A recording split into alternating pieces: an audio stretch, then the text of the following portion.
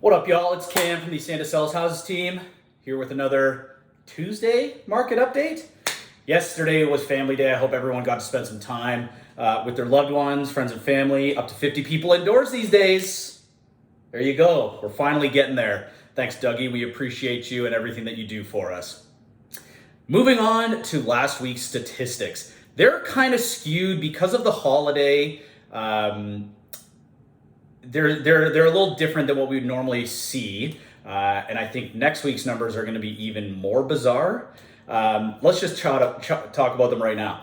New listings last week, 173. Big. That's a big number.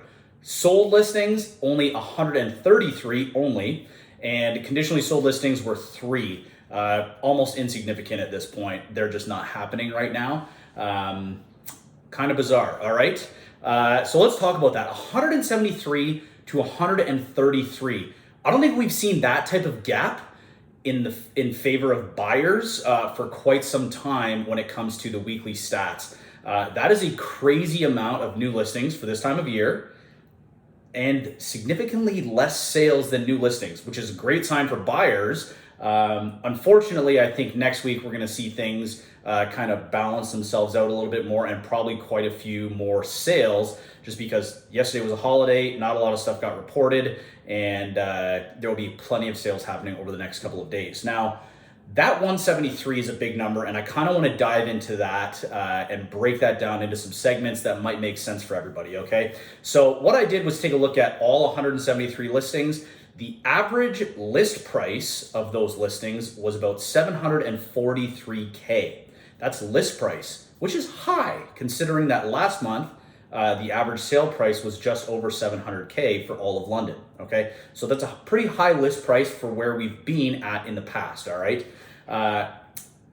Two things that I looked at that I thought were very interesting. Well, number one, the median sale price, so right in the middle of all the listings, was $699, so basically $700K. Now, if we look 300,000 above that to the $1 million mark, we had 24 listings listed at $1 million or more. If we go 300 below that to the 400K mark, we had exactly 24 listings listed below the $400,000 mark. So we got under 400 and we got plus $1 million. We got the same number in both segments, all right? Now, if we think that most listings are going over list price right now, I can confidently say we have more houses selling for $1 million or more than we do for under 400.